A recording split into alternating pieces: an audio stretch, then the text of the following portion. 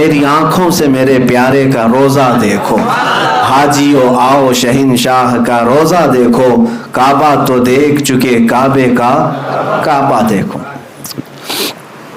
عزیزان گرامی وقار، وہاں پر ہم نے حضور پاک صلی اللہ تعالیٰ علیہ وسلم کی نشانیاں اور حضور کی خوشبوئیں ڈھونڈنے کی کوششیں کی ہیں۔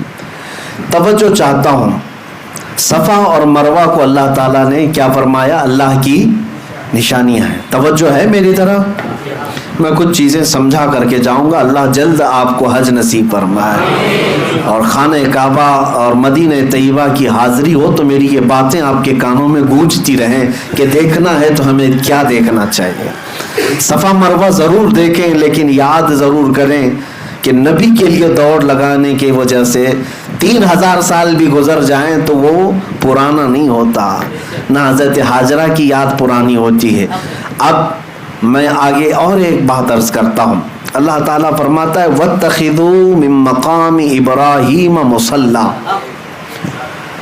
کعبے کے سامنے آج بھی گولڈن کلر کا ایک چھوٹا سا مینار دیکھتے ہوں گے جس کو مقام ابراہیم کہتے ہیں۔ مقام ابراہیم کیا ہے؟ اس میں ایک پتھر رکھا ہوا ہے جس پہ حضرت ابراہیم علیہ السلام کے دونوں پیروں کے صاف نشان ہیں، صاف نشانیاں ہیں۔ وہ پتھر آج بھی محفوظ ہے، اور قرآن میں اللہ فرماتا ہے مقام ابراہیم کو اپنی نماز کی جگہ بنا لو۔ جو بھی حاجی، جو بھی ایک معتمر عمرہ کرتا ہے، طواف کے بعد مقام ابراہیم کے پاس آ کر کے 2 رکعت ضرور پڑھتا ہے۔ وہاں پر 2 رکعت پڑھنے کا حکم ہے۔ کعبہ سامنے ہے لیکن اللہ فرما رہا ہے مقام ابراہیم کے پاس، مقام ابراہیم کے پاس پڑھو 2 رکعت۔ قرآن کی آیت میں بتا رہا ہوں وَاتَّخِذُوا مِن مَّقَامِ إِبْرَاهِيمَ مُصَلًّى، اپنی نماز کی جگہ بناؤ مقام ابراہیم کو۔ اب ہم نے محسوس کیا، تحقیق کیا تو سارے لوگوں کی زبان پر ایک ہی بات جاری، اور وہاں پر بھی جا کر کے آپ پوچھیں گے، کچھ لوگ اس کے ارد گرد کھڑے بھی رہتے ہیں محافظ کی حیثیت سے، کچھ پولیس والے اور کچھ لال دوپٹے والے۔ وہ لوگ جب بھی آپ سوال کریں گے تو یہی کہیں گے کہ یہ پتھر ہے جس پر کھڑے ہو کر کے ابراہیم علیہ السلام نے کعبے کی تعمیر کی، اور ظاہر سی بات حقیقت ہے، تاریخ بھی ہے۔ وہ پتھر کی ایک تاریخ یہ ہے کہ ابراہیم علیہ السلام اس پتھر پر کھڑے ہو کر کعبے کی دیواریں بلند کرتے تھے۔ دیوار جتنی بلند ہوتی تھی پتھر بھی اونچا ہو جاتا تھا۔ جب ابراہیم علیہ السلام کو اترنا ہوتا تو پتھر چھوٹا ہو جاتا تھا، وہ فلیکسیبل سیڑھی کی طرح تھا، خود اونچا ہوتا تھا اور خود نیچے ہو جاتا تھا۔ اب یہ پتھر ابراہیم علیہ السلام کی خانہ کعبہ کی تعمیر کرنے کی نشانیوں میں سے ایک نشانی رکھی گئی ہے، محفوظ ہے۔ تو میں آپ سے پوچھتا ہوں، کیا وہ پتھر اتنا افضل اسی لیے ہے کہ اس پر کھڑے ہو کر ابراہیم علیہ السلام نے کعبے کی تعمیر کی؟ میرے عزیزوں، مشہور تو یہی ہے، لیکن عشق والوں کی زبان سے پوچھیں تو ان کی تحقیق میں ایک اور باب کا اضافہ بھی ہوتا ہے۔ فرماتے ہیں مفسرین کہ اس پتھر کی ایک یادگار اور بھی ہے، صرف کعبے کی تعمیر نہیں ہوئی اس پتھر پر کھڑے ہو کر، بلکہ جب خانہ کعبہ کی تعمیر مکمل ہوئی تو اس پتھر پر کھڑے ہو کر ابراہیم علیہ السلام نے ایک دعا کی تھی، ربنا وبعث فیہم رسولا من انفسہم یتلو علیہم آیاتہ وَيُزَكِّيهِمْ وَيُعَلِّمُهُمُ الْكِتَابَ وَالْحِكْمَةَ إِنَّكَ أَنْتَ الْعَزِيزُ وَيُعَلِّمُهُمُ الْكِتَابَ وَالْحِكْمَةَ وَيُزَكِّيهِمْ إِنَّكَ أَنْتَ الْعَزِيزُ الْحَكِيمُ۔ ابراہیم علیہ السلام نے اس پتھر پر کھڑے ہو کر یہ دعا کی تھی، اے ہمارے رب، یہاں پر بسنے والوں میں سے ایک رسول پیدا فرما، ایک رسول پیدا فرما جو لوگوں کے دلوں کو صاف کرتا ہو اور کتاب و حکمت کی انہیں تعلیم دیتا ہو۔ مولا بے شک تو حکمت والا اور غالب حکمت والا ہے۔ ابراہیم علیہ السلام نے اس پتھر پر کھڑے ہو کر کے دعا کیا کی تھی؟ اے اللہ ایک رسول پیدا فرما۔ اب میں آپ کو بتاتا ہوں، پوری تاریخ میں ابراہیم علیہ السلام سے لے کر آج تک تقریباً 4000 سال کے عرصے میں مکہ میں سوائے میرے مصطفیٰ کے کوئی اور رسول نہیں پیدا ہوا،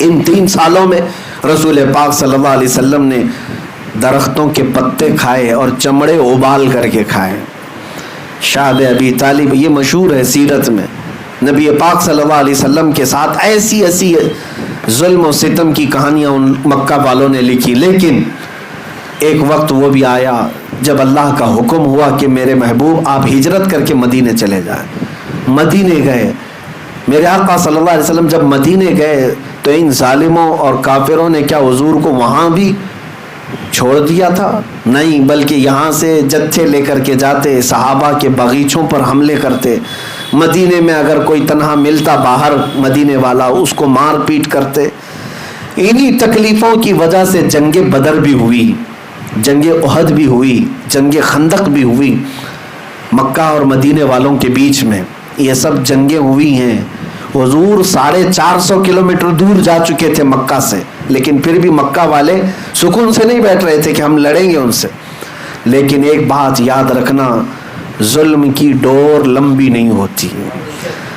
ظلم کی ڈور لمبی نہیں ہوتی، بہت جلدی اسے کھینچ لیا جاتا ہے.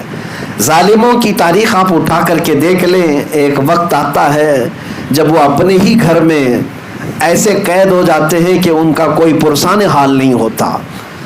آج بھی جو ظلم ہو رہا ہے، مجھے امید یہی ہے انشاءاللہ وہ وقت قریب ہے جب رب تبارک و تعالیٰ اپنی رسی کھینچے گا تو یہ اپنے ہی گھر میں بے آب و دانہ اور بغیر کسی پرسان حال کے دم توڑنے پر مجبور ہو جائیں گے.